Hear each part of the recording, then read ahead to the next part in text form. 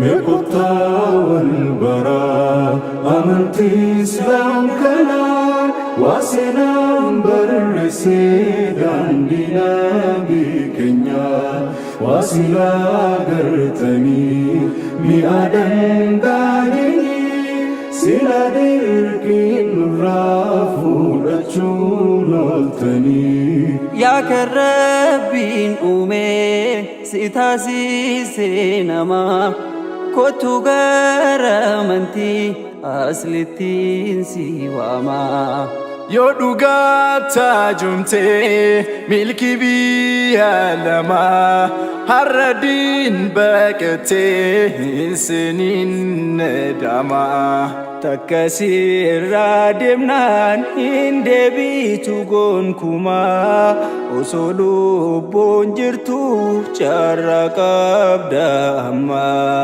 akka feete taatee fagaatte rabbirraa har'a duniyaadhaan soomtee akhiraa hedduu asirratti teessu baay'een qabdu carraa har'uma guyyaan kee akka jirtu asirraa.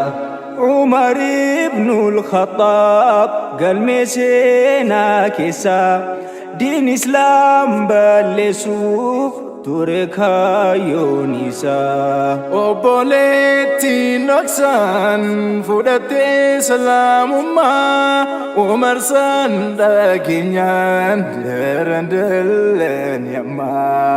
Aarisaa jabaatee deemee battalummaa hula bira gahee bani jedheetuma.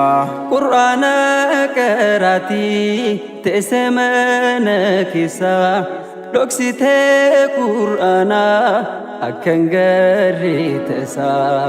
Sagalee dhageenyaan seenee mana keessa jedhee waan qaraatan sanfidiin dubbisaa. Obboleettiin dhoksuuf jennaan maal dhageessee Umar aariin dhahee fuula si madeessee. مقطع والبراء أمنتي إسلام كلام وسلام برسيد عندنا بكنيا وسلا قرتني مئدن داني سلا دركين رافورتشو لولتني في دمي دبسا معلومة كتائي عملت يا باكينيا دي سران سيغاهي Qulqullina malee hin tuqtu Qur'aana jetteen qulqullaa'ii oo bishaan siif kenna.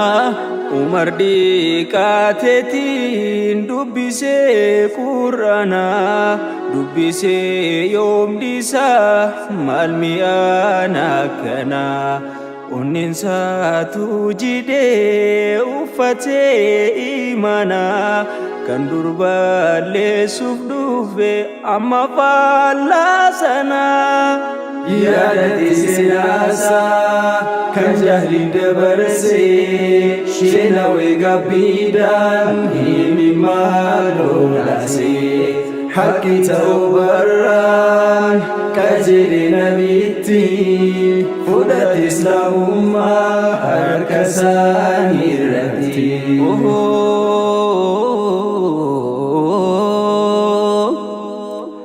Umar jaalateetiin fudhate islaamummaa jedheetuuf kaafatee mudoon koo maalumaa akki argura beekan ture hangammaa ifaa caalu kan dhaabne gonkumaa. Awway seenaa kan kufriin dabarsee maaluma dhibeen koo maaltu jakoo jaamsee. jedhani rasuuli yaadawinarraa rabbiin koo siif dhiisee diilikee hardharraa.